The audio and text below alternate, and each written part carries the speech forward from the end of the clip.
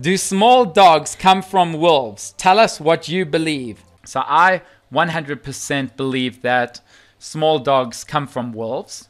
It's, as Ali said, it started around 15,000 to 40,000 years ago, and it came from the ancestor of the gray wolf. So it wasn't the Canis lupus exactly, but it could have been just before, and also possibly coyotes. What happens is wolves like to group around each other.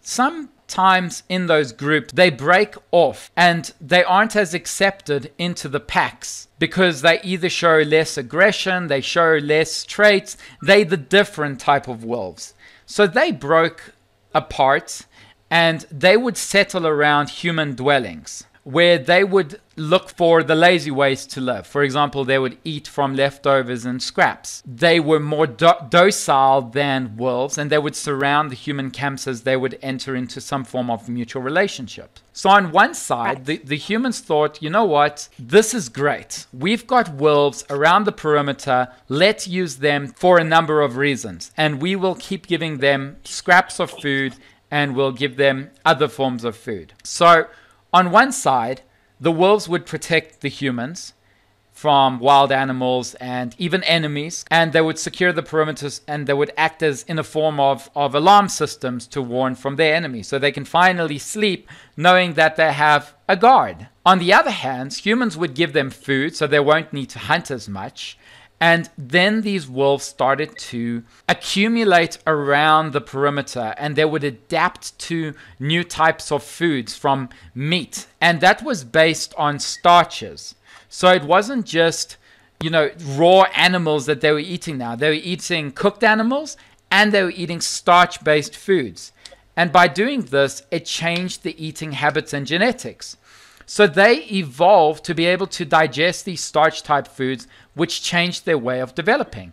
And over time, humans started using wolves in other ways. So they started becoming closer and closer to the humans, where the humans would eventually give them food, and the wolves would take the food very gently, and the wolves that bit the hands of the humans, they killed off.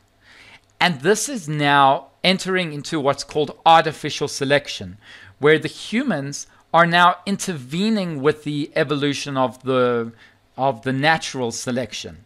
So they killed off the wolves that would bite the hand, and they would keep the wolves that were gentle. And if today, when you give a dog a piece of food, very seldom do you see them snatching it out of your hand. They are so gentle. They're not doing it because they don't want to hurt you. They're doing it because it's instinctual. Anyway, let me carry on. So this type of thing with the wolves coming closer and closer, adapting to starches, adapting to new ways of genetics and mutation over time, these wolves would now breed even tamer wolves. Their teeth structures would become smaller. Their ears would become floppier. Their muscles would become weaker because they aren't needed as much. And then different dogs were treated differently according to their evolution. So, for example, hunters were dogs which had great smell. Then there were herding dogs. There were protectors who would protect against other animals and enemies. Then there were the thinner dogs who would be used for racing. And there were the large and muscular dogs who were used for guard duty and protection. And then the smaller dogs who were now the mutated type dogs, which now were used for nurture and company, the cute little dogs. And this has led to artificial selection, where we are now disrupting the nature of nature itself.